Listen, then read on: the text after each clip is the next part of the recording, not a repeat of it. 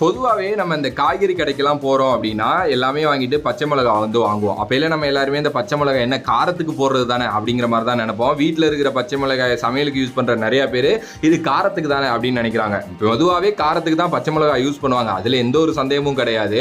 ஆனால் நம்ம அப்படி யூஸ் பண்ணுற பச்சை மிளகாய் நம்ம உடலுக்கு ஏகப்பட்ட நல்ல விஷயங்களை கொடுக்குது. அது என்னென்னங்கிறத தெரிஞ்சுக்கலாமா? பச்சை மிளகாயில் கலோரிஸை பேன் பண்ணி கொழுப்பை குறைக்கிற தன்மை வந்து ரொம்ப அதிகமாக இருக்குது. அதனால உடலில் கெட்ட கொழுப்பு சேராமல் இது வந்து பார்த்தீங்கன்னா தடுக்குது.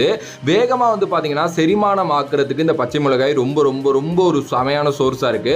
நுரையீரல் புற்றுநோய் ஏற்படும் அபாயத்தை வந்து பாத்தீங்கன்னா பச்சை மிளகாய் குறைக்குது அப்படின்னே சொல்லலாம். இது வந்து ஒரு ஆன்டி பாக்டீரியா அப்படின்னே வந்து சொல்லலாம். நம்ம உடம்புல நோய் தொற்று வராமல் வந்து பாத்தீங்கன்னா இது தடுத்து நிப்பாட்டுது. விட்டமின் சி இதுல அதிகம் இருக்கிறதுனால நோய் எதிர்ப்பு சக்தியை வந்து பாத்தீங்கன்னா அதிகரிக்குது.